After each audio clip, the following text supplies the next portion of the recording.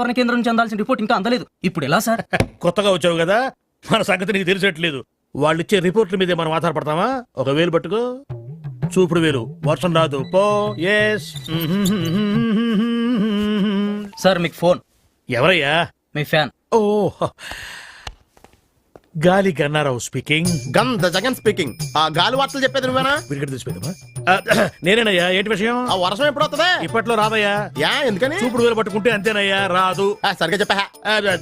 రాగల 48 గంటల్లో రాష్ట్రం పొడిగా ఉంటుంది, నిర్భయంగా బట్టలు వేసుకోవచ్చు, ఒడియాలు కూడా పెట్టుకోవచ్చు. మరి చల్లటి బీరేసుకోవచ్చా? నీ ఇష్టం వచ్చిందా వేసుకోవచ్చు, నన్ను వదిలేయచ్చు. సర్లే గానీ 48 గంటల తర్వాతైనా వర్షం వస్తుందా? చాలా చిక్కు ప్రశ్న అయ్యా. ఒక నిమిషం ఉండు. ఒక వేలు పెట్టుకో, వేలు పెట్టుకో. వస్తుందయ్యా. 48 గంటల 6 నిమిషాల 8 సెకండ్లు. గ్యారంటీగా వస్తుందా? 100% వస్తుంది. నా వేలు ఎప్పుడు నన్ను మోసం చేయదు. బాబు, ఇన్ని వెధవ ప్రశ్నలు అడిగావు కదా, నేను ఒక్కటి అడుక్కోనా? అడుక్కా. ఇంతగా అడుగుతున్నావు వర్షం గురించి.